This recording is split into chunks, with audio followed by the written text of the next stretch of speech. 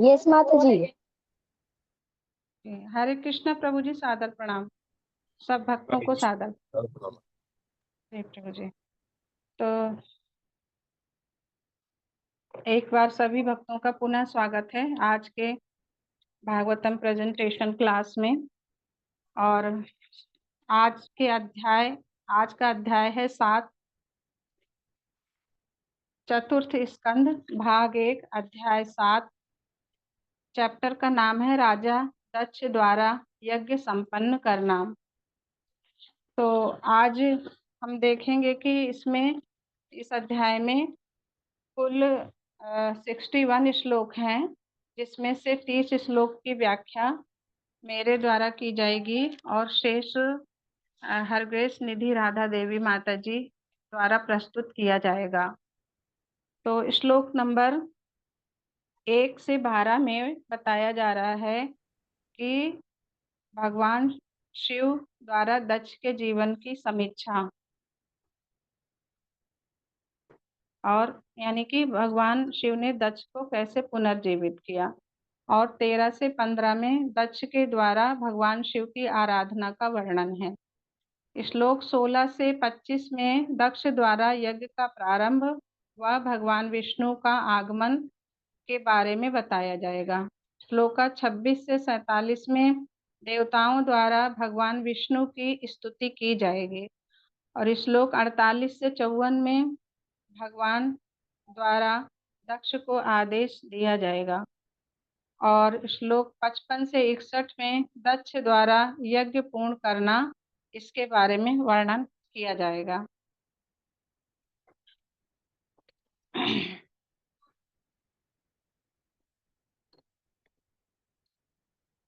पिछले सत्र में हमने देखा कि कैसे जो है वो ब्रह्मा जी द्वारा भगवान शिव को मनाया गया और उन्हें समझाया गया कि किसी छोटे व्यक्ति द्वारा किए गए अपराध के लिए इतना बड़ा दंड नहीं देना चाहिए। तो क्या हुआ था कि राजा दक्ष द्वारा जब यज्ञ की समाप्ति हुई थी तो सभी देवता प्रसाद अर्थात विष्णु को समर्पित खाद्यान्न का शेष भाग की आशा कर रहे थे। तो शिव भी एक देवता हैं, अतः उनको भी यज्ञ का प्रसाद मिलना चाहिए था। लेकिन राजा दक्ष ने द्वेषवश ना तो शिव को यज्ञ में सम्मिलित होने के लिए आमंत्रित किया था, ना ही यज्ञ के उपरांत उनका भाग दिया। तो शिव के अनुचरों द्वारा यज्ञ स्थल का विध्वंस कर दिया गया, है ना, जिससे कि वहां पे अपवित्रता हो गई। तब फिर ब्रह्मा जी ने शिव जी को शांत किया और उनका प्रसाद भाग दिलाने का आश्वासन दिया। तो और उनके अनुचरों ने जो भी तहस नहस कर दिया था, वहां पर अशुद्धियां कर दी थी, तो उसे ठीक करने के लिए उनसे प्रार्थना की गई। तो अब जो है मैत्रेय मुनि आगे बताते हैं कि क्या बताते हैं मैत्रेय मुनि। हे महाभाव विदुर, श्लोक नंबर 1 में है ये। ब्रह्मा के शब्दों से शांत होकर शिव जी ने उनकी प्रार्थना का उत्तर इस प्रकार से दिया। श्लोक नंबर 2 में शिव जी कह रहे हैं कि मैं देवताओं द्वारा दिए गए अपराधों की चिंता नहीं करता, मैंने तो उन्हें राह पर लाने के लिए दंडित किया है। तो हम इसे इस प्रकार से समझ सकते हैं कि जो माता पिता होते हैं तो वो कभी कभी बच्चों को दंड देते हैं, है ना, लेकिन उनका पर्पस ये नहीं रहता कि हमारे बच्चे को दुख पहुंचे। उनका उद्देश्य केवल यही होता है कि बच्चा सही रास्ते पर चले, तो उसे सही रास्ते पे लाने के लिए दंड दिया जाता है। तो इसी प्रकार से शिव जी ने भी ये इन देवताओं को अनुशासित करने के लिए और दक्ष और उनके जो और वहां पर उपस्थित लोग थे, उनको अनुशासित करने के लिए दंड दिया था। ईर्ष्यावश दंड नहीं दिया गया था। तो एक प्रश्न है, जैसा कि हम अध्याय 5 पढ़ चुके हैं उससे, कि जो भग नाम के देवता थे उनको किसने पकड़ा था? कोई भक्त बताएंगे?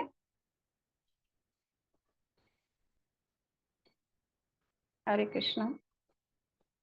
मेरी आवाज आ रही है? मनी मान ने। हरे कृष्णा।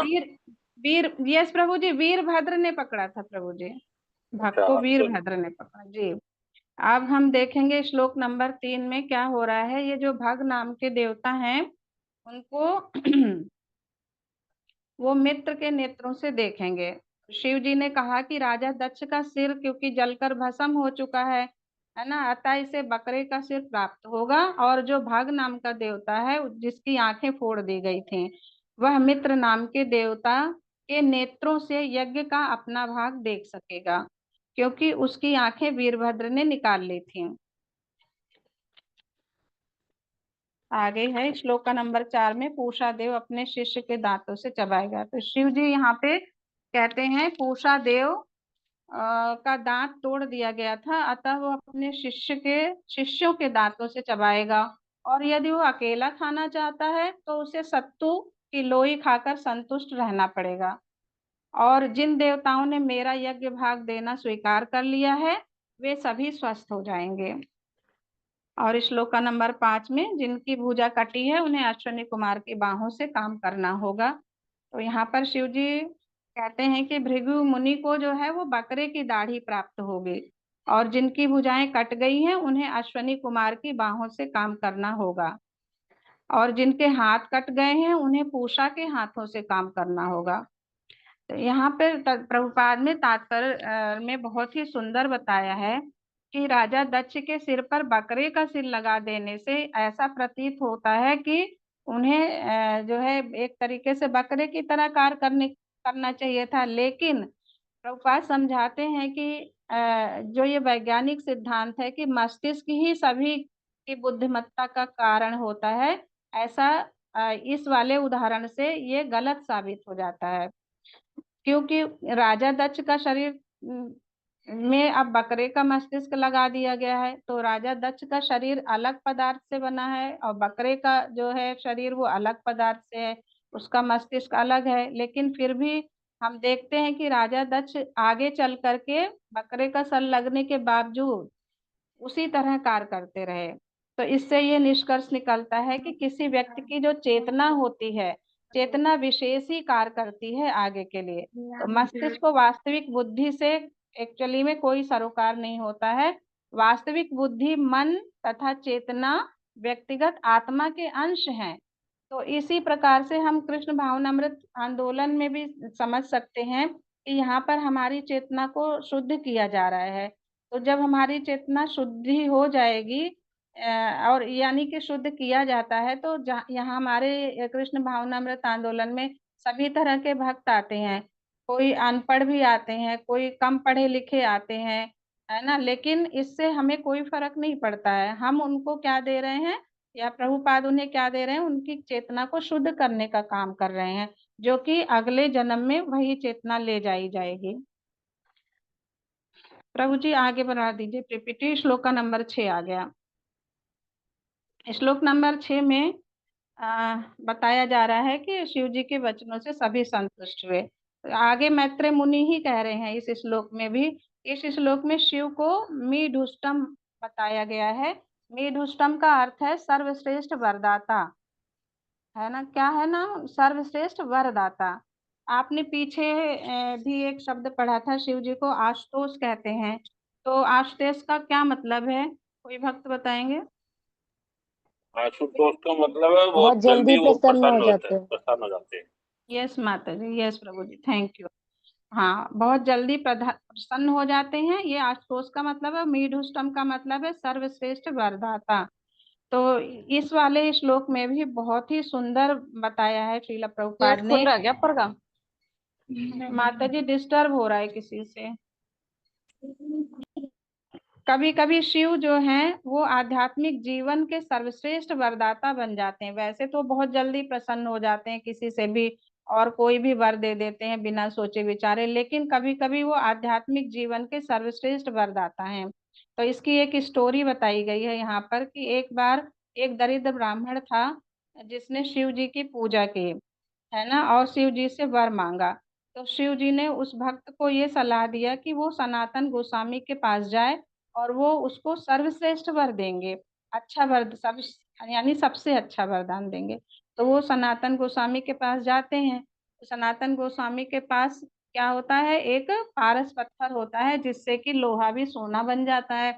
तो वो सनातन गोस्वामी कहते हैं, अच्छा आपको सर्वश्रेष्ठ वर चाहिए तो ये एक जो कूड़ा पड़ा हुआ ना, इसके अंदर एक पत्थर है, वो आप ले आइए और उसको ले करके आप जो है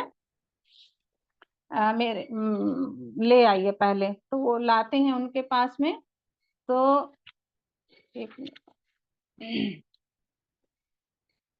और उन्होंने कहा कि इसको जो है आप चाहो तो सोना बना सकते हो इससे छुआ करके, है ना, लोहे को, और आप लेकर इसे जा सकते हो। तो वो चला जाने लगा। जब वो जाने लगे तो उन्हें रास्ते में ध्यान आया कि अगर ये बहुत ही अच्छा है पत्थर, इतना कीमती पत्थर है, तो इन्होंने कूड़े में क्यों फेंक रखा था। तो वो दोबारा वापस आते हैं और सनातन गोस्वामी जी से पूछते हैं कि हे महोदय, यदि ये सर्वश्रेष्ठ वरदान है तो आपने इसे कूड़े में क्यों रख छोड़ा था। तब श्रील सनातन गोस्वामी ने बताया कि वास्तव में यह सर्वश्रेष्ठ वर नहीं है।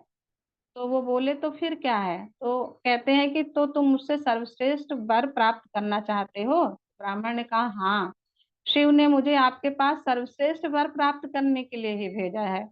तब श्रील सनातन गोस्वामी ने उससे कहा कि वो एक जलाशय है पास में, वहां पर जाएं और उसमें उस पारस पत्थर को फेंक कर आए। तो उन्होंने ऐसा ही किया ब्राह्मण देवता ने। और जब वो लौटे तो श्रील सनातन गोस्वामी ने उन्हें हरे कृष्ण मंत्र से दीक्षित किया। तो इस प्रकार आ, शिव जी के वर से ब्राह्मण को भगवान श्री कृष्ण के सर्वश्रेष्ठ भक्त की संगति मिली। हाँ, और वो जन्म मरण के जो ये चक्र हैं, इनसे उसको छुटकारा मिल गया। और उन्होंने मंत्र दिया, उन्हें कौन सा मंत्र देकर दीक्षित किया था, हरे कृष्णा कृष्णा कृष्णा हरे हरे, हरे राम राम राम हरे हरे। आगे बढ़ते हैं श्लोक का नंबर 7 पे। भृगु ने शिव जी को यज्ञशाला में पधारने के लिए आमंत्रित कर लिया, है ना। भृगु ने कहा कि हम लोग यज्ञशाला में चलेंगे, जहाँ पहले से ही तोड़ फोड़ हो चुकी है, लेकिन हम वहां पर चलेंगे क्योंकि वहां पर दोबारा से यज्ञ करना था। श्लोक का नंबर 8 में दक्ष के शरीर को भगवान ने क्या किया, इन्होंने जो शिव जी हैं, उन्होंने उसके ऊपर बकरे का सिर लगा दिया, है ना। बकरे का सिर लग जाने के बाद श्लोक का नंबर 9 में हम देखते हैं कि वो भगवान दक्ष जो है वो भगवान शिव को देख पाते हैं, है ना। बकरे का सिर लग गया तो आंख भी आ गई, तो उसी आंख से उन्होंने, बकरी की जो आंखें लगी उससे उन्होंने भगवान शिव को देखा। जो उस समय ऐसे देख रहे थे, वो भगवान का वो वाला स्वरूप देखा जिसमें वो बैल की सवारी कर रहे थे। आप पीपीटी में भी देख सकते हैं। यहाँ पर एक तात्पर्य में प्रभुपाद ने बहुत ही सुंदर यहाँ पर भी वही बात बताई है कि शारीरिक संरचना का चेतना के विकास से कोई सरोकार नहीं रहता। चेतना तो आत्मा के देहांतर के साथ ले जाई जाती है। जैसे हम इसको एक स्टोरी जो हम भागवतम में आती है, महाराज भरत की। जो महाराज भरत थे वो आ, पिछले जन्म में राजा थे और इस जन्म में शरीर त्यागने के बाद उन्हें मृत का शरीर प्राप्त हुआ था। लेकिन उनकी चेतना पूर्ववत ही बनी रही थी। उन्हें यह ज्ञात था कि वो पूर्व जन्म में राजा भरत थे और उनका शरीर हिरण के शरीर में स्थानांतरित हो गया था। क्यों? क्योंकि मृत्यु के समय वो इसी मृत के चिंतन में लगे हुए थे। और हिरण का शरीर होते हुए भी उनकी चेतना लेकिन उतनी ही अच्छी थी जितनी कि राजा भरत के शरीर में थी। तो श्री भगवान की ये व्यवस्था बहुत ही उत्तम है कि यदि किसी की चेतना कृष्ण चेतना में परिणित हो जाए तो वो अगले जीवन में भी भले उससे भिन्न प्रकार की उसे शरीर, कुछ भी शरीर प्राप्त हो, लेकिन वो महान कृष्ण भक्त बन सकता है या बनेगा। श्लोक का नंबर 10। दक्ष का हृदय निर्मल हो गया। तो जब राजा दक्ष ने देखा भगवान को, तो उनका हृदय जो है वो शिव जी के प्रति जो कि द्वेष से कलुषित था, वो द्वेष उनके लिए, द्वेष वाला भाव खत्म हो गया और उनका हृदय जो है वो निर्मल होगा, निर्मल हो गया। वो ठीक वैसे ही निर्मल हो गया जैसे कि जो सरोवर होता है यानी तालाब होता है, वो शरतकालीन वर्षा से स्वच्छ हो जाता है। तो हम देखते हैं कि जैसे पानी गंदा हो जाता है, लेकिन बारिश के बाद थोड़े समय के बाद वो बहुत ही शुद्ध पानी हो जाता है, देखने में साफ चमकता है। ऐसे ही शिव जी के प्रति उनके मन में जो भी कलुषित भाव थे वो खत्म हो गए, और उनके मन में कैसा भाव आ गया? आनंदमय भाव आ गया। श्लोक नंबर 11 से 12 में दक्ष द्वारा साध्वी सती को याद करना और शिव जी की स्तुति करना।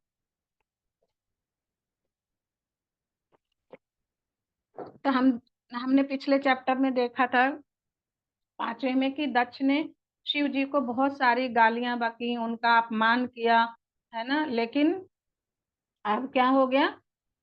जब हृदय निर्मल हो गया, हृदय आनंद से भर गया, तो वो शिव जी का बखान करना चाहते हैं, लेकिन वह गुणगान नहीं कर पा रहे हैं, क्योंकि उन्हें स्मरण हो आया कि उनकी बेटी ने आत्मदाह कर लिया है, और बेटी को याद करके उनकी आंखों से अश्रु बहने लगे।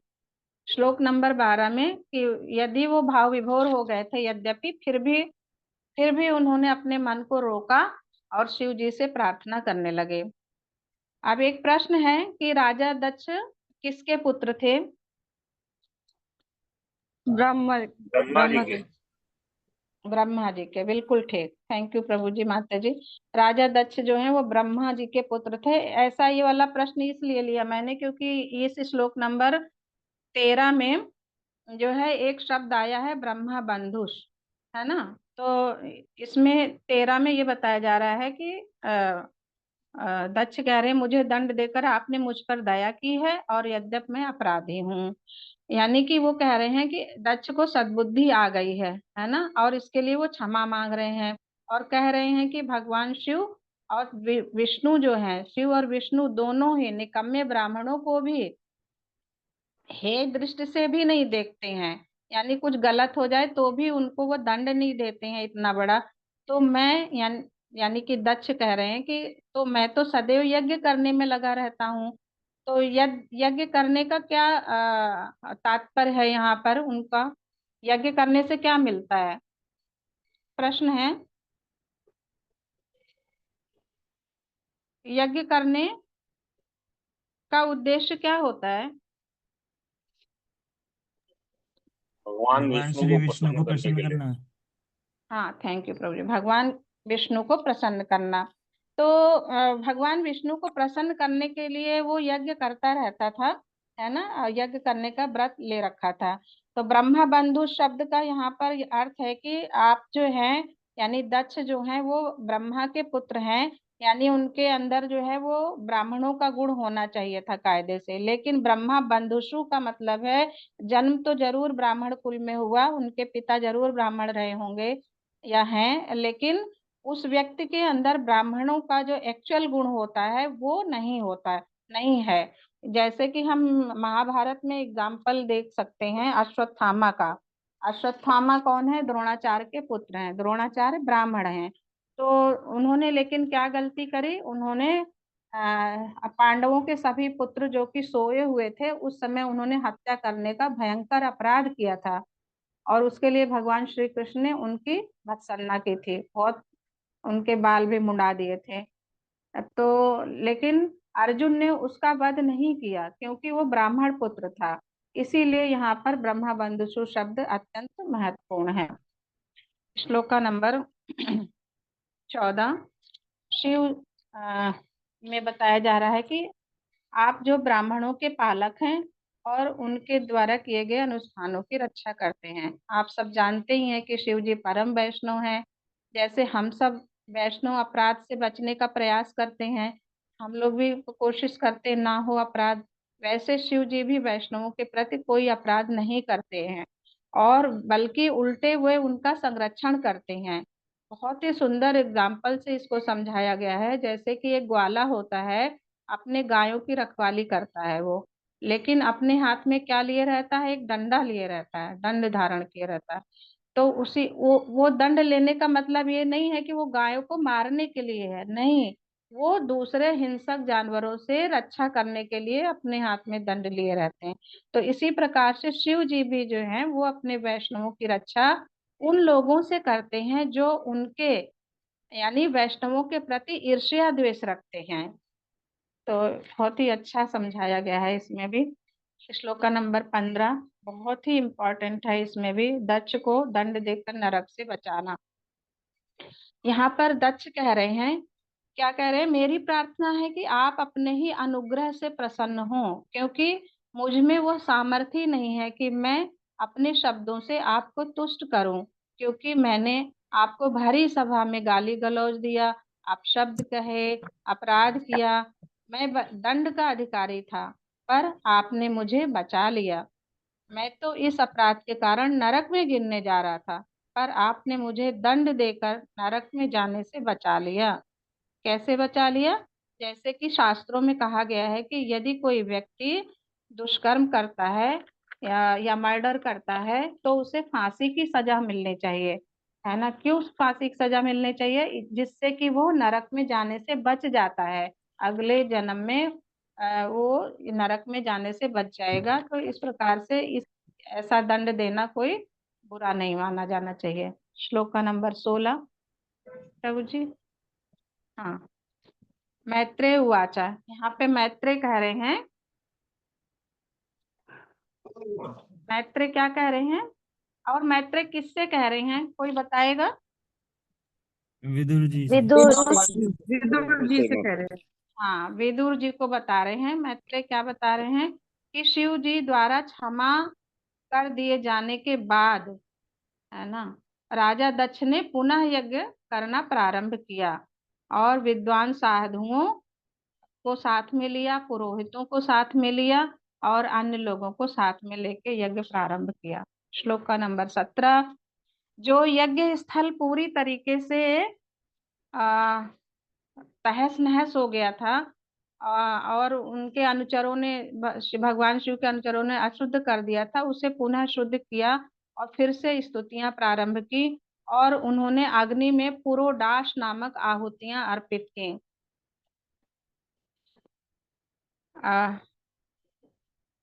तात्पर्य में यहाँ पर प्रभुपाद ने श्री विष्णु का एक पवित्र नाम त्रिकपाल बताया है, तो जिसका अर्थ होता है तीनों लोकों को पवित्र करने वाला, यानी दूषित वातावरण को त्रिकपाल आहुति द्वारा शुद्ध किया गया, ऐसा कहा गया यहाँ पर, है ना। श्लोका नंबर 18 से 19 में भगवान हरि अब प्रकट होने वाले हैं, यानी प्रकट होने जा रहे हैं। तो महामुनि मैत्रेय ने विदुर जी से कहा, जैसे ही राजा दक्ष ने शुद्ध चित्त से यजुर्वेद के मंत्रों के साथ घी की आहुति डाली, वैसे ही भगवान विष्णु अपने आदि नारायण रूप में वहां पर प्रकट हो गए।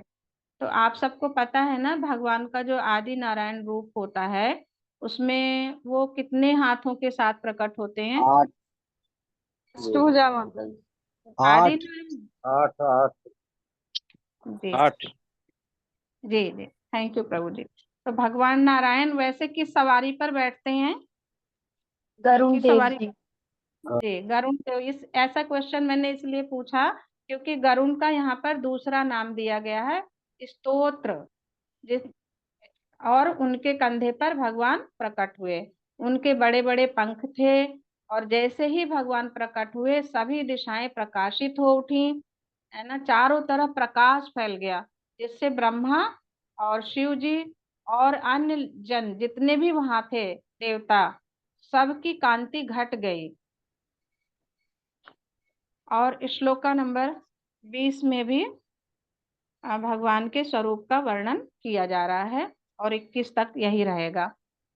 तो भगवान के स्वरूप का वर्णन में बताया जा रहा है कि भगवान का रंग श्यामल है और उन्होंने सोने की तरह पीले वस्त्र पहने हुए हैं। मुकुट उनका सूर्य के समान दैदीप्यमान था और उनके बाल भंवरों के समान काले थे और मुख जो है मुखमंडल कुंडलों से आभूषित था। और भगवान यहाँ पर 8 भुजाओं के साथ अवतरित हुए हैं, जिनमें उनके हाथों में क्या क्या है? शंख है, चक्र है, गदा है, कमल है, बाण है, धनुष है, ढाल तलवार धारण किए हैं और उन्होंने कंगन हाथों में पहन रखा है और बिजावट भी पहन रखा है। और उनका शरीर इतना सुंदर लग रहा है जैसे कनेर का वृक्ष होता है और उसके उस पेड़, उस कनेर के वृक्ष में, जिसमें कि विभिन्न प्रकार के पुष्प बहुत ही सुंदर तरीके से सजे रहते हैं, वो भी येलो कलर के होते हैं ना कनेर के पुष्प, तो ऐसे मतलब बहुत येलोइश लग रहे थे भगवान। मतलब उस कांति को हम लोग वर्णन नहीं कर सकते हैं कायदे से देखा जाए तो। गदा और चक्र से भगवान किसका विनाश करते हैं? असुरों का। जी, थैंक यू। गदा और विनाशाय चक्र, चतुष्प्रताम। हाँ जी। और कमल और शंख जो धारण करते हैं भगवान, वो भक्तों को आशीर्वाद देने के लिए होता है। और भगवत गीता का एक श्लोका है जिसमें असुरों को विनाश और भक्तों की रक्षा की बात कही गई है। वो श्लोका क्या है? परित्राणाय साधूनां विनाशाय चतुष्कृताम्। धर्म संस्थापनार्थाय संभवामि युगे युगे। थैंक यू माता जी। श्लोक नंबर 21 में भगवान बहुत ही सुंदर लग रहे हैं और भाग्य की देवी लक्ष्मी उनके वक्षस्थल पर विराजमान है। भगवान मंद मंद मुस्कुरा रहे थे जो सारे जगत को मोहने वाला था। यानी सारे जगत को जो मोह ले, ये तो बहुत ही बड़ी बात होती है भगवान की। काश हम लोग को भी ऐसा दर्शन हो पाता। भगवान के दोनों ओर सफेद चामर ढुल रहे थे और उनके ऊपर सफेद रंग का छत्र चंद्रमा के समान सुंदर लग रहा था। भगवान का ऐसा सुंदर रूप राजा दक्ष और ब्रह्मा समेत सभी दर्शकों को मोहित करने वाला था। श्लोक का नंबर 22। जैसे ही भगवान वहां पर प्रकट हुए, ब्रह्मा, शिव और अन्य उपस्थित लोग नमस्कार करने हेतु तो उनके सामने दंडवत गिर पड़े, यानी दंडवत प्रणाम करने लगे। तो हमें भी भगवान के सामने जब भी हम मंदिर जाएं या घर में अपने अवसर में भगवान के सामने हमें दंडवत या पंचांग प्रणाम करना चाहिए। तो हम लोग भी कभी कभी मेरा मतलब एक्सपीरियंस है, जब रथ यात्रा होती है तो जब रथ यात्रा पे भगवान आते हैं, कृष्ण बलराम हो या जगन्नाथ जी हो, तो हम सभी क्या करते हैं, वो जहां पर भी गुजर रहे होते हैं, चाहे वो सड़क कैसी भी हो, सड़क के किनारे भी कैसा भी हो, हम सब वहां पर दंडवत करते हैं भगवान को। तो ऐसा हमें करना चाहिए। जब ऐसे बड़े बड़े वैष्णव कर रहे हैं तो हम लोग तो बहुत ही छोटे हैं हम भगवान के आगे और देवताओं के समक्ष। श्लोक नंबर 24। भगवान की कृपा से उनके दिव्य रूप का दर्शन। ब्रह्मा की भगवान की सामर्थ्य का अनुमान ब्रह्मा भी भगवान की सामर्थ्य का अनुमान लगाने में असमर्थ हैं। केवल भगवान की कृपा से उनके दिव्य रूप को देख सकते थे, अतः वे अपने अपने सामर्थ्य के अनुसार उनकी स्तुति सम्मान पूर्वक करने लगे। यानी बहुत इम्पोर्टेंट है ये कि हम भगवान का दर्शन जो है वो अपनी सामर्थ्य से नहीं कर सकते हैं। हाँ, हम लोग तो अनुमान भी नहीं लगा सकते हैं, है ना, कि भगवान का स्वरूप कितना कितना दिव्य होता है। तो भगवान चाहे तो ही वो दर्शन दे सकते हैं दिव्य स्वरूप का। श्लोक का 25 में कह रहे हैं, दक्ष प्रार्थना प्रारंभ करने जा रहे हैं। यज्ञ करने का मूलभूत उद्देश्य होता है भगवान कृष्ण की प्रसन्नता। यज्ञ का भार ग्रहण करने के लिए भगवान आते हैं। ऐसा तभी होता है जब बहुत ही सुंदर तरीके से यज्ञ संपन्न किया जाता है। सभी यज्ञों के स्वामी कौन है? अभी आपने बताया था कि यज्ञ हम भगवान की प्रसन्नता के लिए करते हैं, भगवान विष्णु भगवान कृष्ण की प्रसन्नता के लिए। तो सभी यज्ञों के स्वामी कौन है? भगवान विष्णु। और आप एक प्रश्न का और उत्तर दे दीजिए कि सभी प्रजापतियों के गुरु कौन है? शिव जी। शिव जी। नहीं, सभी दक्ष प्रजापतियों के दक्ष माता जी प्रमुख। नहीं, गुरु गुरु भगवान विष्णु है।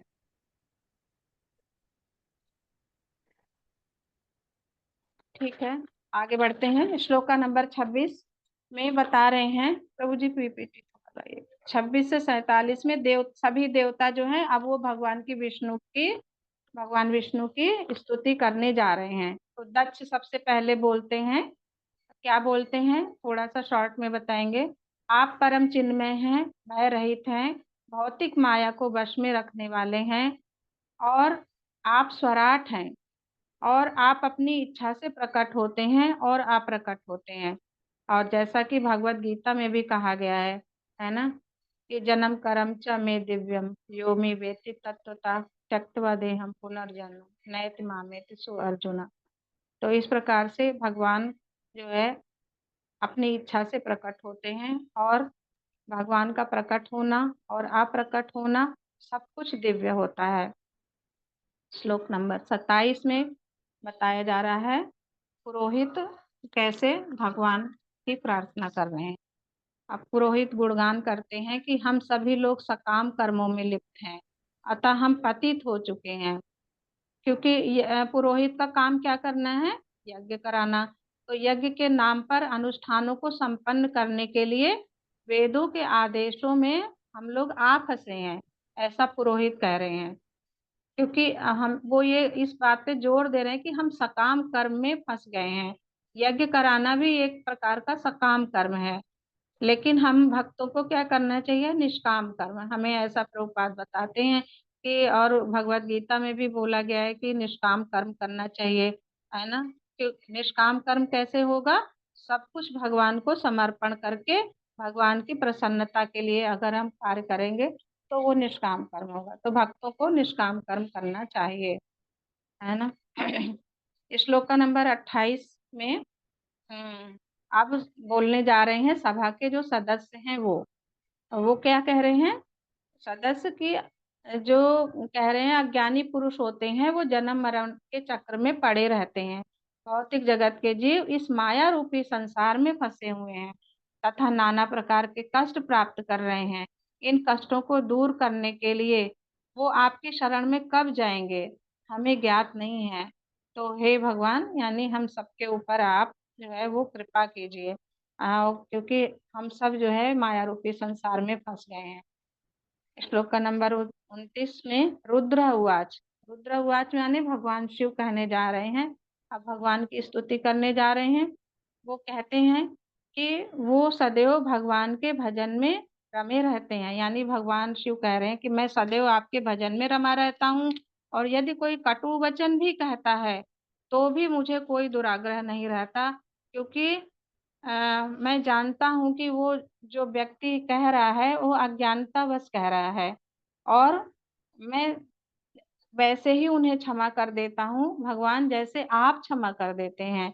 यानी वो भगवान को अपने से ऊंचा बता रहे हैं यहाँ पर। उनकी स्तुति करके भी ये प्रूफ कर रहे हैं कि भगवान शिव प्रूफ कर रहे हैं कि भगवान जो आदि नारायण है वो मेरे से ऊपर हैं। श्लोक का नंबर 30। भृगु उवाचा, भृगु जी कहते हैं कि हे भगवान, सर्वोच्च ब्रह्मा से लेकर सामान्य चींटी तक सारे जीव आपकी माया शक्ति के भ्रम जाल के वशीभूत हैं और वे अपनी स्वाभाविक स्थिति से अपरिचित हैं। आपकी स्वाभाविक स्थिति से अपनी अपनी स्वाभाविक स्थिति से अपरिचित हैं। यानी कि जो ब्रह्मा जी को भी जीव बताया गया है, ये हम लोग कई बार पढ़ चुके हैं। वो भी जीवात्मा है और चींटी भी जीवात्मा है। सभी लोग, चींटी तक भी भगवान के माया जाल में है। तो जीव की स्वाभाविक स्थिति क्या है? कोई भक्त बताएंगे जीव की स्वाभाविक स्थिति क्या है? हरे कृष्णा माता जी। भगवान का नित्य नित्य नाश नित्य दास। नित्य दास। हरि बोल। थैंक यू प्रभु जी। हम हरि सब बोल। भगवान के नित्य दास हैं। तो आगे कह रहे हैं प्रार्थना में, आप प्रत्येक जीवात्मा में परमात्मा के रूप में रहते हैं। वे आपके परम पद को समझ नहीं पाते। आप समस्त शरणागत जीवों के सनातन सखा एवं रक्षक हैं। अतः आप हम पर कृपालु हों और हमारे सभी अपराधों को क्षमा कर दें। हरे कृष्णा। मेरी तरफ से ये था प्रेजेंटेशन। आगे का प्रेजेंटेशन हर ग्रेस निधि राधा माता जी करेंगे। कोई भी त्रुटि हुई हो तो सभी भक्त मुझे क्षमा करिएगा। हरि बोल हरि बोल। हरि बोल हरि बोल। हरि हरि बोल। बोल हरि बोल। थैंक यू माता जी। हरे कृष्णा। सभी भक्तों को सादर प्रणाम। इससे आगे का यहाँ पर मैं करूंगी वर्णन। पहले हम थोड़ा सा भगवान को स्मरण कर लेते हैं। नमो विष्णुपादाय कृष्ण पृष्ठाय भूतले श्रीमते भक्तिवेदांत स्वामी निति नामिने नमस्ते सरस्वती देवी गौरवाणी प्रचारण्य विश्वेश्वर शून्यमंडिका श्रीदेश जय श्री कृष्ण चैतन्य प्रभु नित्यानंद श्री अद्वैत गदाधर श्री वसादि श्री गौर हरे कृष्ण कृष्ण कृष्ण हरे हरे हरे राम राम हरे हरे।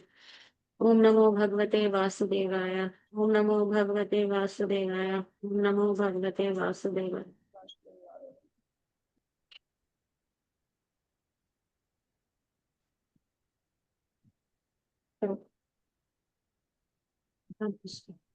इसको हटा दो।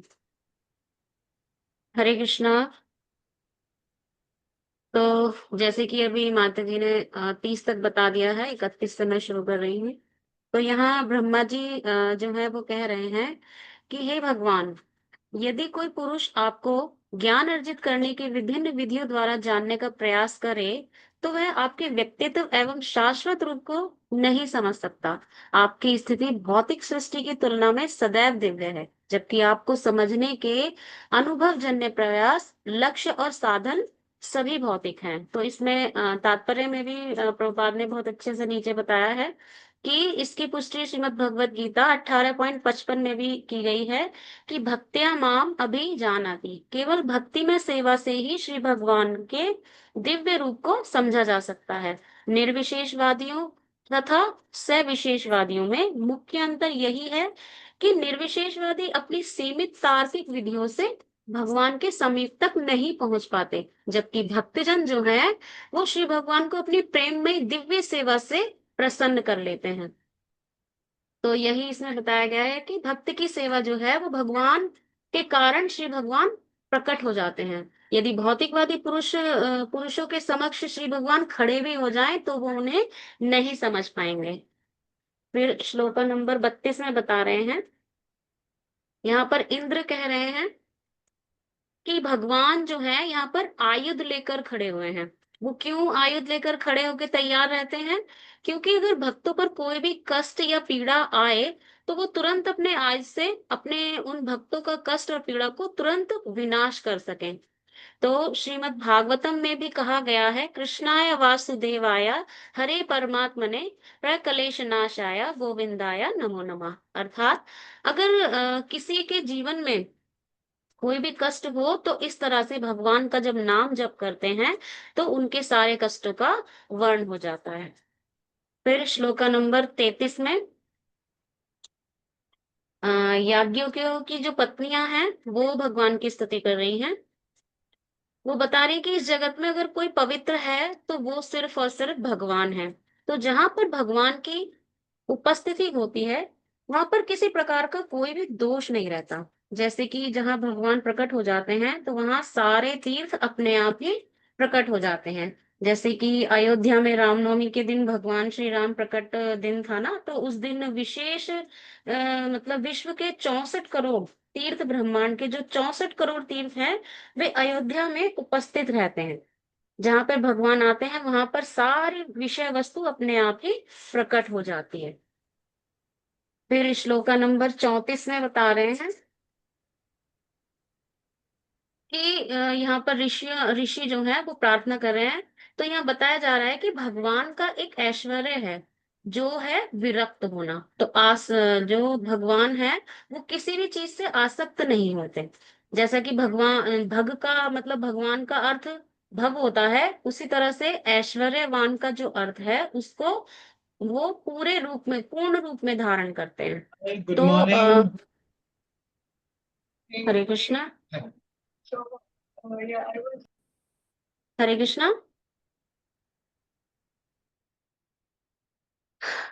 तो पराशर मुनि द्वारा बताया गया है कि जो 6 ऐश्वर्य भगवान के हैं वो क्या है? विरक्त होना। तो भगवान मतलब इतने विरक्त हैं कि वो जैसे लक्ष्मी जी होती हैं उनके तो हजारों लक्ष्मियां मतलब उनकी सेवा करती रहती हैं, फिर भी भगवान मतलब उन लक्ष्मियों से बिल्कुल भी आसक्त नहीं होते। जैसे कि ज्यादातर लोगों को हम देखते हैं वो लक्ष्मी जी से ज्यादा आकर्षित हो जाते हैं। यहाँ तक कि इसमें बताया गया है अर्थ में कि ब्रह्मा जी जैसे बड़े बड़े देवता भी जो हैं वो उनकी मतलब कृपा प्राप्त करने की आकांक्षा रखते हैं। लेकिन भगवान की सेवा में सहस्त्रों लक्ष्मी लगी रहती हैं, तो भी भगवान कभी भी लक्ष्मियों के प्रति आकर्षक बिल्कुल नहीं होते हैं। तो यहाँ पर अगर मैं एक सवाल करूं कि भगवान के कितने ऐश्वर्य होते हैं, तो कोई भक्त बता पाएंगे? जैसे कि समग्रस्य वीर्यस्य यशसः ज्ञान वैराग्योश्चैव शरणं भगति गणः। जी जी, थैंक यू प्रगति। फिर श्लोक नंबर 35 में जो सिद्ध है वो भगवान की स्तुति कर रहे हैं। तो इसमें बताया जा रहा है कि हमारा मन किस में लगना चाहिए। हमारा मन लगना चाहिए भगवान, मतलब भगवान में लगना चाहिए। इससे क्या होगा कि हमारे जितने भी पाप हैं, जितनी भी चिंताएं हैं, वो सब क्या होगा, दूर हो जाएंगे। तो भगवान कहते हैं जो मेरा भक्त है वो क्या करता है, वो मेरी कथा, मेरी मतलब कथाओं में रचता बसता है ना। तो भगवान का जो भक्त है वो भगवान की लीलाओं में ही रचता बसता रहता है, तभी मतलब वो भगवान को हमेशा स्मरण कर पाता है। फिर श्लोक नंबर 36 में दक्ष की पत्नियां प्रार्थना कर रही हैं। वो क्या कह रही हैं कि जिस प्रकार सिर के बिना धड़ शोभा नहीं देता, ठीक उसी प्रकार है ना, भगवान के बिना जितनी भी सारी चीजें हैं वो क्या है, सब बेकार हैं, है ना। तो हमें जो भी कार्य करना चाहिए उसमें हमें सेंटर में भगवान को रखना चाहिए। और ये भी बताते हैं कि अगर ऐसा कार्य जिसमें कृष्ण का कोई सरोकार नहीं है ना, भगवान से कोई भी लेना देना नहीं होता है, तो वो क्या होता है, कोरा श्रम होता है। श्लोक नंबर 37 में विभिन्न लोकों के जो लोकपाल हैं वो कह रहे हैं, क्या कह रहे हैं कि क्योंकि यहाँ पर भगवान प्रकट हुए हैं, तो भगवान जो हैं वो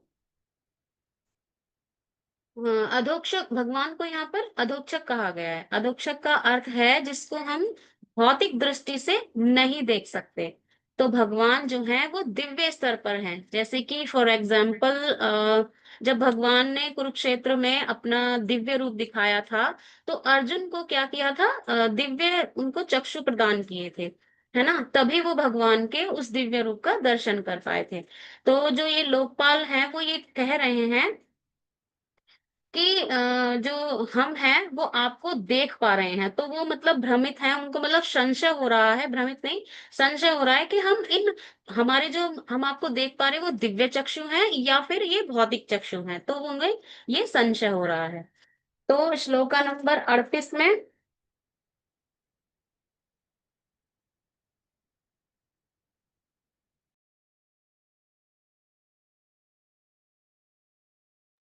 श्लोका नंबर 38 में महान योगियों ने कहा, हे भगवान, जो लोग यह जानते हैं कि आप समस्त जीवात्माओं के परमात्मा हैं, आपको अपने से अभिन्न देखते हैं, वे निश्चय ही आपको परम प्रिय हैं। जो आपको स्वामी तथा अपने आप को दास मानकर आपकी भक्ति में अनुरक्त रहते हैं, आप उन पर परम कृपालु रहते हैं, आप कृपावश उन पर सदैव हितकारी रहते हैं।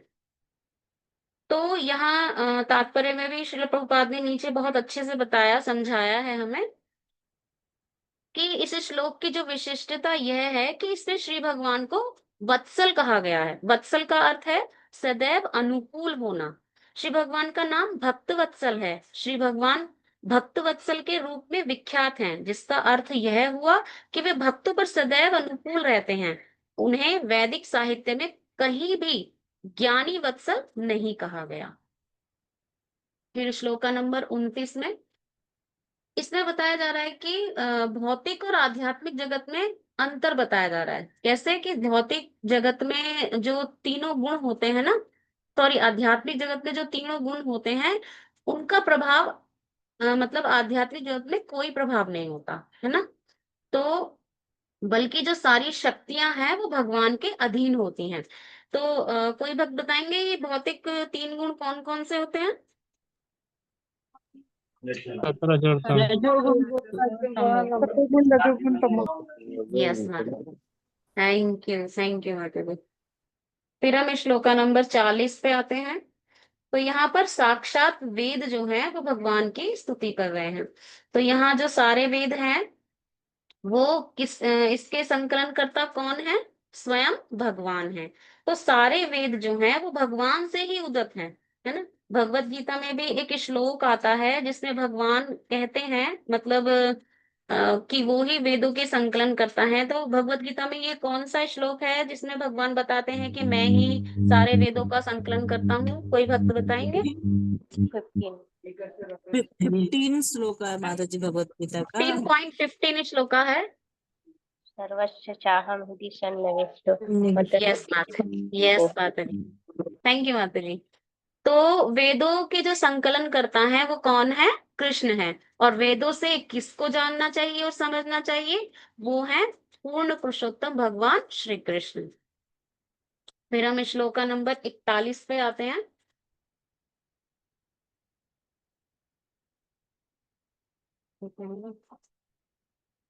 तो यहाँ पर अग्निदेव कहते हैं कि भगवान, मतलब वो भगवान से कहते हैं कि जो सूर्य का ताप है, तेजस्वी का तेज है, बलशाली का बल है और अग्नि का ताप है, भगवान स्वयं है। तो अग्निदेव जिस बात की पुष्टि करते हैं कि ये जो हवैया है या घी है ये सब वो कैसे ले पाते हैं, किसकी कृपा से ले पाते हैं? सिर्फ और सिर्फ भगवान श्री कृष्ण की कृपा से ही ले पाते हैं। तो श्लोका नंबर 42 में फिर देवताओं ने कहा कि यहाँ पर देवता लोग भगवान से उनकी शरण में जाने की आकांक्षा कर रहे हैं। किसकी शरण में जाने की? भगवान श्री कृष्ण की शरण में। तो भगवान की वो क्या कर रहे हैं? शरण चाह रहे हैं।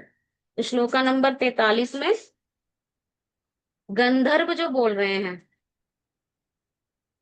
वो क्या कह रहे हैं कि हे भगवान, शिव ब्रह्मा इंद्र तथा मरीचि सहित समस्त देवता तथा ऋषिगण आपके ही शरीर के विभिन्न अंश हैं। आप परम शक्तिमान हैं। यह सारी सृष्टि आपके लिए कौतुक मात्र है। हम सदैव आपको पूर्ण पुरुषोत्तम भगवान के रूप में स्वीकार करते हैं और आपको सादर प्रणाम करते हैं। तो इसमें मतलब तात्पर्य में भी श्री चैतन्य चैतामृत में भी जो कहा गया है कि एकले ईश्वर कृष्ण और सब भृत्य। इसका अर्थ यह हुआ कि अकेले श्री कृष्ण ही पूर्ण पुरुषोत्तम भगवान हैं और अन्य सब, यहाँ तक कि विष्णु तत्व तथा जीवात्मा भी उनके क्या है? सेवक हैं। बलदेव श्री कृष्ण के तुरंत बाद के विस्तार हैं। वे भी भगवान श्री कृष्ण की सेवा में हमेशा लगे रहते हैं और सामान्य जीवात्मा तो सेवा करता ही है। फिर श्लोका नंबर 44 पे आते हैं। तो यहाँ पर मतलब सारे लोग जो हैं भौतिक मोह में फंसे हुए हैं। लेकिन हमारा जो भौतिक मोह है वो कैसे दूर होगा? जब हम भगवान की भक्ति में लगेंगे। और कलयुग में भगवान की भक्ति में लगने का अर्थ क्या है? वो है भगवान के नाम का जप करना। कैसे? हरे कृष्णा कृष्ण कृष्णा हरे हरे, हरे राम राम राम हरे हरे। इस जप को करने से हम भगवान की भक्ति में आसानी से लग सकते हैं। फिर हम आते हैं श्लोका नंबर 45 पे। इसमें ब्राह्मण कह रहे हैं कि इस जगत में जो कुछ भी उद्भूत है वो भगवान से ही है, चाहे वह भौतिक विषय वस्तु हो या फिर आध्यात्मिक। सभी का स्रोत कौन है? भगवान है। भगवान से बढ़कर कोई भी चीज नहीं है। जैसा कि ब्रह्मा जी ब्रह्म संहिता के पहले श्लोक में कहते हैं। क्या है ब्रह्म संहिता का पहला श्लोक? कोई बताएंगे? ईश्वर परमा कृष्ण सच्चिदानंद विग्रह अनादिरादिर गोविंद सर्वकारण कारणम। यस माता जी, ये तो थैंक यू माता 5.2, ये तो 5.29 है ना शायद माता जी? जी। 5.29 है तो शायद ब्रह्म संहिता का 29 वर्ष है शायद 29। समझ नहीं आ रहा प्रभु जी। ये तो शायद माता जी 29 वर्ष है ब्रह्म संहिता का। मुझे नहीं समझ आ रहा। तो हम श्लोका नंबर 46 में आते हैं। तो अब यहाँ पर शूकर अवतार के बारे में बताया जा रहा है। तो शूकर अवतार में भगवान ने पृथ्वी यानी ब्रह्मांड को कैसे उठाया था? जैसे कि हाथी कमल को तोड़कर उठा लेता है ना, वैसे ही भगवान पृथ्वी को उठाना उसी तरह से था। और जब भगवान ने पृथ्वी को उसकी कक्षा में रखकर चिंगाड़ किया था, तो सब लोगों ने उस चिंगाड़ को, है ना, वैदिक मंत्र के रूप में लिया और उसे वैदिक मंत्र के रूप में मानकर जो सनक आदि बड़े बड़े मतलब बड़े बड़े ऋषि मुनि थे, वो इन मंत्रों पर अपना ध्यान लगाकर भगवान की स्तुति करने लगे। श्लोका नंबर 47 में तो भगवान का यहाँ पर जब हम नाम जप करते हैं तो हमारी सभी बाधाएं क्या होती हैं? दूर हो जाती हैं, है ना, और हम भगवान को और अच्छे से जानने का प्रयास कर पाते हैं। फिर श्लोका नंबर 48 में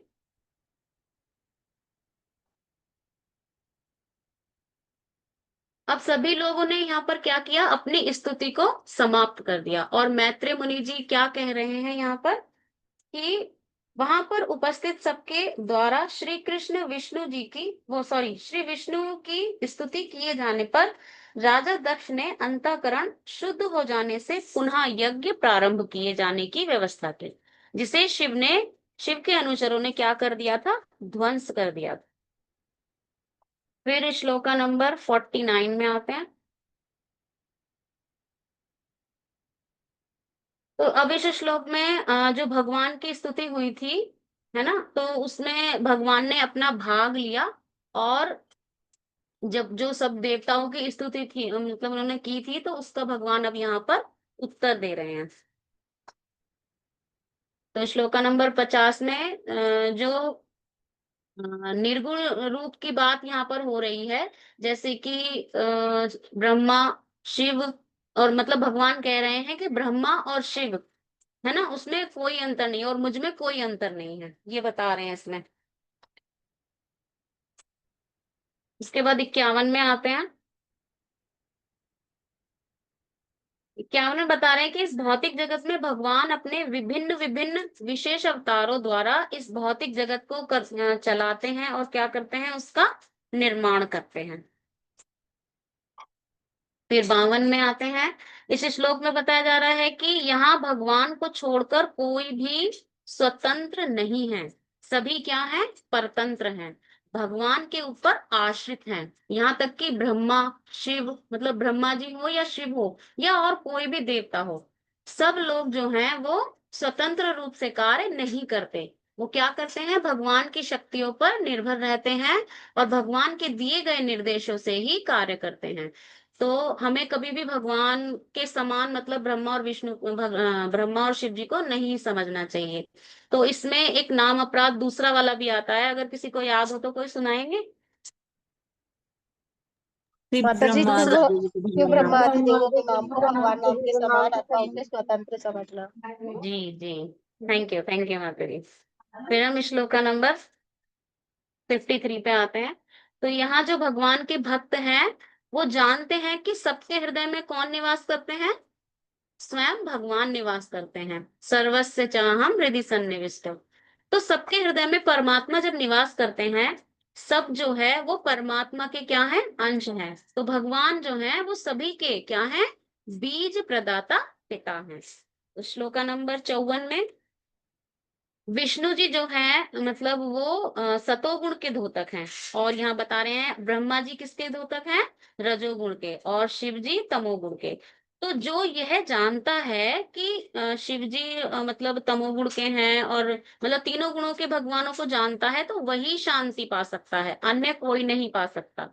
इसमें तात्पर्य में भी प्रभुपाद ने बहुत अच्छे से मतलब यहाँ पर बताया है दही और दूध का उदाहरण देकर, है ना। जैसे कि इसमें लिखा है अचिंत्य भेदा भेद तत्व कहलाता है। ब्रह्म संहिता में उदाहरण दिया गया है कि दूध तथा दही एक ही साथ तथा भिन्न है। दोनों दूध है किंतु दही क्या है? वो रूपांतरित हो गया है। मतलब दूध से दही बन सकता है लेकिन दही से दूध नहीं बन सकता। उसके बाद हम 55 में आते हैं। तो दक्ष प्रजापति ने पहले भगवान की पूजा की और फिर अलग से ब्रह्मा जी और शिव जी दोनों की उन्होंने अलग अलग पूजा की। फिर श्लोका नंबर 56 में राजा दक्ष ने सभी प्रकार से सम्मान पूर्वक यज्ञ के शेष भाग के साथ शिव की पूजा की, है ना। याज्ञिक अनुष्ठानों की समाप्ति के पश्चात उसने अन्य समस्त देवों तथा वहां पर एकत्र अन्य जनों को संतुष्ट किया। तब पुरोहितों के साथ साथ इन सारे कर्तव्यों को संपन्न करने उनसे मतलब उसने स्नान किया और वह पूर्णतः संतुष्ट हुआ। श्लोका नंबर 57। तो इसमें है कि जब वहां भगवान आ गए तो सब लोग अपने आप ही मतलब खुद ही संतुष्ट हो गए, क्योंकि जहां भगवान होते हैं वहां स्वतः ही संतुष्टता आ जाती है। तो इसमें कोई प्रश्न ही नहीं उठता कि सारे देवी देवता स्वतः ही संतुष्ट हो गए हैं। फिर 58 में आते हैं। उसके बाद जो दक्षायणी जो थी, जब उन्होंने शरीर त्याग कर दिया था तो उसके बाद जो हिमालय की मतलब पत्नी थी मेना, उनके गर्भ से उन्होंने पुत्री रूप में शरीर प्राप्त किया और उन्होंने यानी कि प्राप्त करने के बाद ये जो मैत्रेय मुनि हैं, उन्होंने ये जो मतलब सुना था कथा, वो प्रामाणिक स्रोत से सुना था, यानी कि गुरु परंपरा से ही समझ लीजिए। तो जैसे कि हम कोई भी चीज सुनते हैं तो पहले हमारे गुरु ने सुना होगा, फिर उनके गुरु ने सुना, इसी तरीके से हम जो सुनते हैं वो गुरु परंपरा से ही आता है।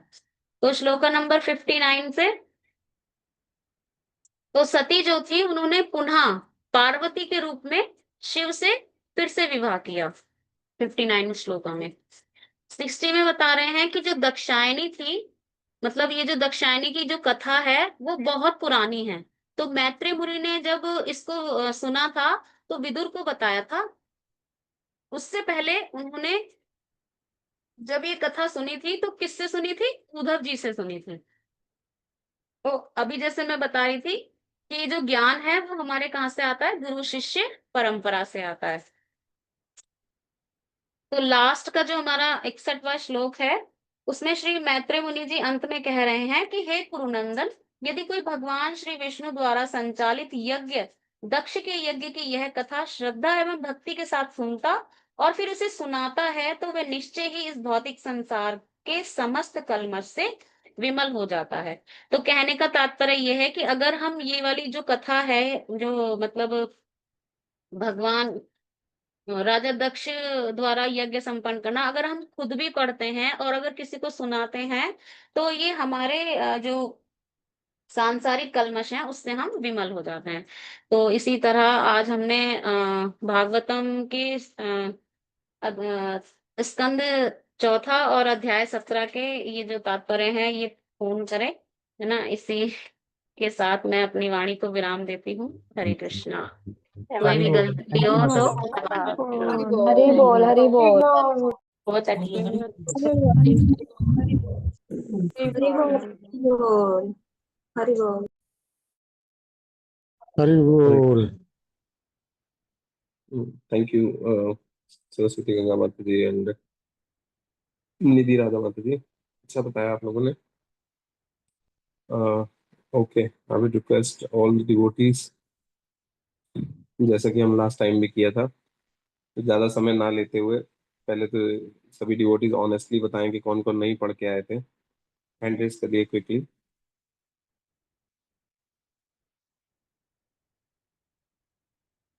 सब पढ़ के आए हैं? किसी से भी पूछ सकता हूँ? यस ओके, नेहा माता जी का मैंने नहीं पढ़ा हुआ है। हैंड रेस कीजिए माता जी। प्रभु जी हैंड रेज कैसे करना, जो पढ़ के आया है या नहीं पढ़ के आया है? नहीं पढ़ के आए।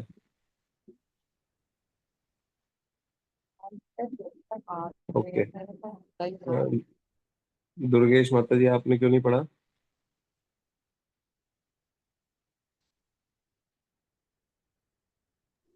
प्रभु जी मुझे हरे अब कृष्ण। टाइम नहीं मिल पाया प्रभु जी। माता जी एक हफ्ते में एक चैप्टर का तो समय लाना ही लाना। पिछले हफ्ते भी हमने यही चर्चा किया था बहुत देर तक, आप शायद थे नहीं लास्ट वीक। जी नहीं प्रभु जी। एक हफ्ते में एक चैप्टर पढ़ना जरूरी है माता जी। प्रभु जी मुझे पता नहीं था। ठीक है, ध्यान रखिए अगली बार से ऐसा ना हो माता जी, ठीक है ना। और अगली बार से जब पढ़ के आएंगे तो किसी भी चीज में से, किसी भी पॉइंट में से अपना पूरा विद श्लोका आपको बताना होगा, ठीक है। ये कहाँ पे क्या पढ़ा, क्या क्या आपको अच्छा लगा, विद इन 1 मिनट हम छोटे छोटे पॉइंट्स लेंगे। Okay Sheeshpal bro ji, I hope आप घर की वजह से नहीं पढ़ पाए, बच्चे की वजह से, या जी कोई और प्रभु, कारण है। पहले पहले ही पढ़े थे 2-3 दिन पहले, मतलब इसके बाद में तुरंत तो करीब 25-30 श्लोक का पढ़ पाए थे। फिर इसके बाद संडे से तो बिल्कुल भी छोड़ दिए थे। ठीक है, कोई बात नहीं, वो थोड़ा सा आपका दिक्कत रहा तो ध्यान रखिए। अभी ठीक है उनका तबीयत? हाँ अभी ठीक है, ऑपरेशन होके फ्री हो गई। ओके ओके, ठीक है प्रभु जी, ध्यान रखिए।